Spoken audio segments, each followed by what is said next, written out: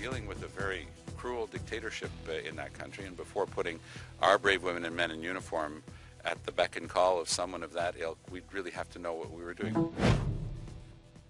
Hi, everybody. I'm Rosemary Barton. Evan is away this week. That, of course, was NDP leader Tom Mulcair raising the alarm about the risks of extending Canada's military mission into Syria. In the past few days, Defence Minister Jason Kenney has stressed that he has not ruled out expanding the campaign. Would Canada need to work with the widely reviled Syrian President Bashar al-Assad to bomb ISIS targets within that country? And would an expansion help defeat the militant group or escalate the Syrian crisis? Joining me now from Winnipeg is James Bazan, the Parliamentary Secretary to the Minister of Defence. We are going to get to Toronto in just a moment for the NDP's parliamentary reform critic, Craig Scott. But here first, in Vancouver, Joyce Murray, the Liberal defence critic. And as soon as Craig Scott is all wired up, we'll bring him in as well. Thanks to everybody for being here. I appreciate your time. James Bazan, let's start with you if we can. Is the government considering expanding the mission against ISIS to include striking targets within Syria? Well, we haven't made any decisions yet, Rosie, but we are looking at all our options. We are quite satisfied that the coalition, including the Canadian Armed Forces, have made significant progress against ISIL, that the fight on the ground led by the Iraq security forces and the Kurdish Peshmerga are having success.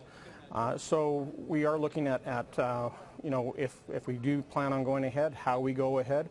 And once Cabinet makes that decision, there will be a motion that will be brought before the House if the decision is to extend the mission. Okay, couple of things I want to break down there before I move on to the other parties.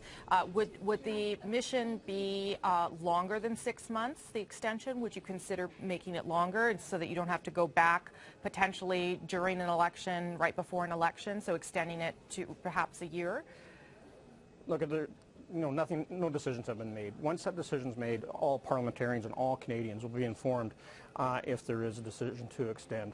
But at that point in time, until then, I can't speculate on what those decisions are going to be. But fair to say that would be an option that you would. All options are on the table, of course. Okay, let me bring in everybody else and also remind people of what the Defence Minister Jason Kenney told guest host Terry Molesky on CBC Radio's The House this weekend. He was asked some questions on a teleconference earlier today and repeated it. But I'll play this clip just so people get a sense of where Mr. Kenney's thinking is at. Take a listen.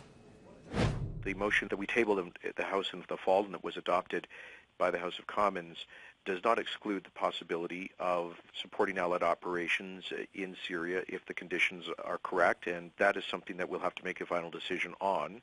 We do note with interest that ISIL is moving much of their armored equipment back into Syria. They appear to be consolidating in and around their ersatz capital of Raqqa in east central Syria, and we're watching that with great interest. So it's fair to say you're not ruling it out? That's fair to say.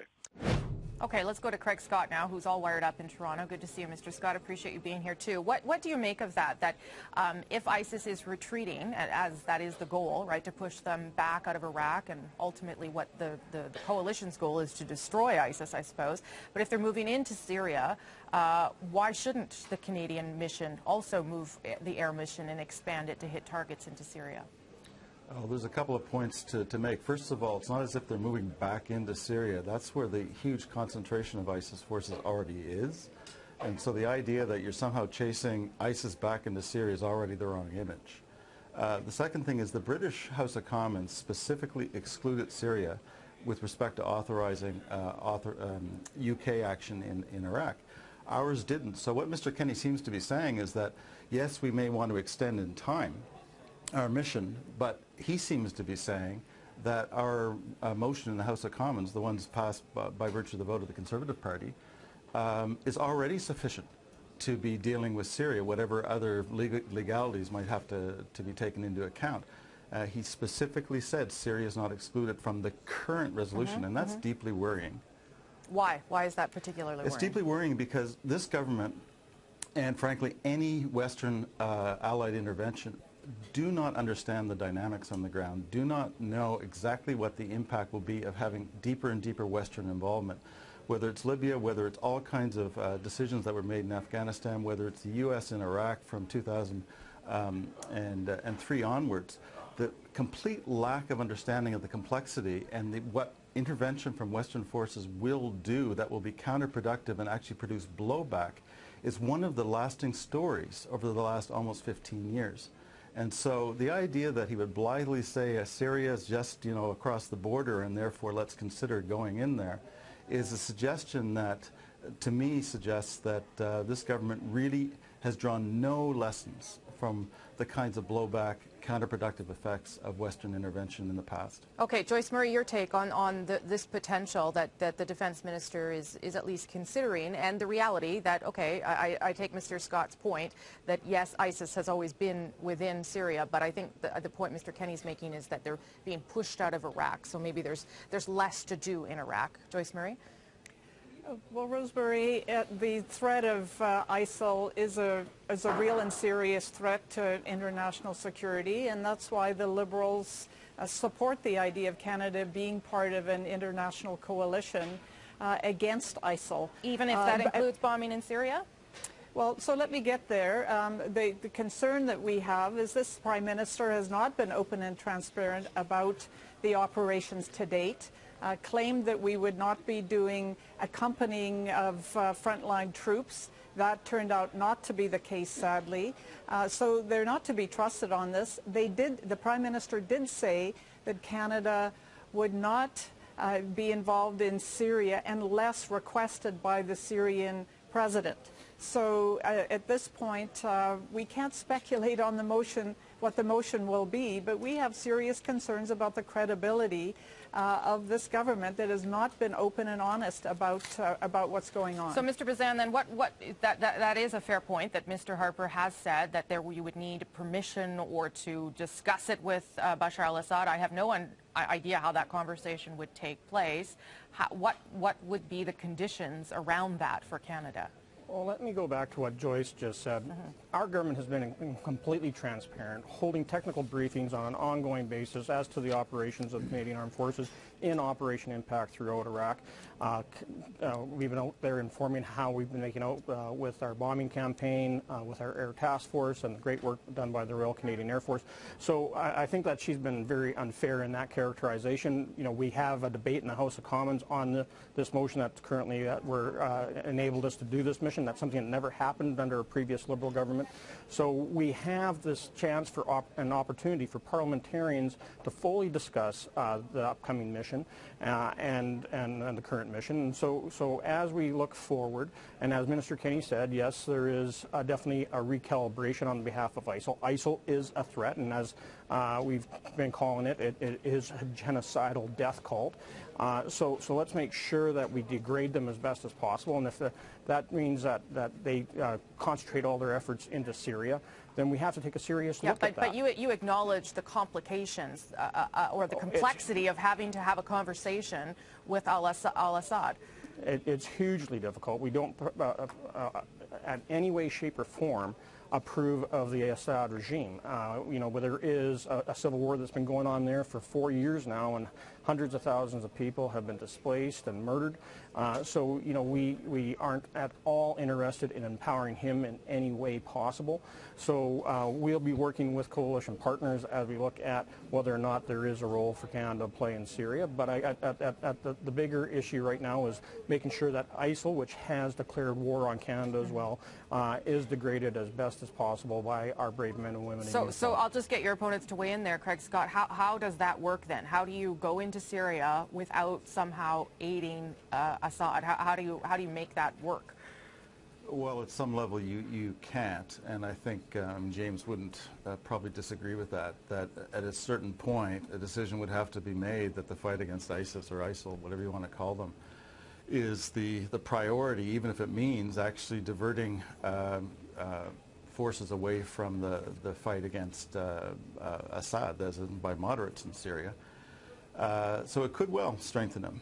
And that's part of the calculations that I just don't think that NATO and Western powers really are going to likely get right. They have to figure out exactly what it is they think they're going to achieve and explain it to people. My big concern, though, is what Mr. Kenney was saying, was that he was reminding people that the current resolution allows Canada to go into Syria if, as an executive decision, the government of Canada, through discussions or some kind of invitation from Assad, decides to go into Syria. He's not saying that we need, in the next 3 weeks, for example, that we actually need a new resolution in the House. That's really crucial, so that if we also get a new resolution extending the mission, the idea that we could go into Syria is actually already part of the way they framed it. Okay. They've already framed it that way. Okay, and I'll get James Bazan to respond to that. Go ahead, Joyce Murray. Well, another aspect of this, Rosemary, I want to raise is that while we haven't seen this motion yet, and the minister is floating a whole lot of stuff out in comments here and there, the reality is we're quite concerned about the Canadian Armed Forces' capability to do more because of the massive budget cuts that have taken place under this Conservative government, starting in 2010. And we know that an average of 23% of funding that was approved by Parliament for the National Defence budget was clawed back over the years. 23%, when typically it might be 2 or 3%, was surplus to the year's needs. So there's been a huge shrinkage of capacity, and can the Canadian Forces safely actually do more given that challenge they face? Okay, James Bazan, you can respond to that, and I have one last question before I let you go. Okay, and Joyce, that's just completely ridiculous. You know that at the height of the Afghanistan war, we're spending just under $23 billion a year. This year we're spending just over $20 billion. We are flying our sorties with new upgraded CF-18 fighter jets that can do all sorts of amazing stuff and really use these precision-guided missiles. We're also flying over there with new C-17 Hercs and heavy-less capabilities. So all the equipment is there that our special operation forces and the Royal Canadian Air Force need. So they're doing great work, and we're proud of the work that they're doing. Mr. Bazan, let me just ask specifically before I let you go, is there anything to what Mr. Scott is suggesting there, that you don't need to rewrite the motion because it already allows for the troops to go into Syria? It would just be renewing the motion. Would that be true? That's one of the options that are out there, and of course in the current motion that the House approved, it does talk about having proper authorization from Syria to do any attacks against ISIL in Syria. So that is a possibility, but we're going to look at all our options, and then once we have a decision by government, we'll bring that motion before our House for full debate. And just to be clear, because CP is reporting now that it could be a year-long expansion, which frankly might make sense, because if we end up in an election in October, this might not be the thing that everyone wants to be discussing. I don't know. And if you look at historically, when we approved the motion in the House to deploy troops to Afghanistan, we went with longer terms than just 6 months when our troops were on the ground fighting the Taliban. Okay, I'll just let you both wrap up, Craig Scott and Joyce Murray. Would you be comfortable with that, a one-year extension of the mission, if that's the direction the government goes? I'm guessing no, Greg Scott, but go ahead. No, I mean, absolutely not. Partly because you have to have a much clearer, transparent framework for what would be the extended mission, and that we already feel like there's been a combination of mission creep and a failure to be straight with Canadians about what the current mission even is. No, I mean, it would have to be a very different set of conditions that we would have to debate anew. Joyce Murray, and then I'm going to wrap up.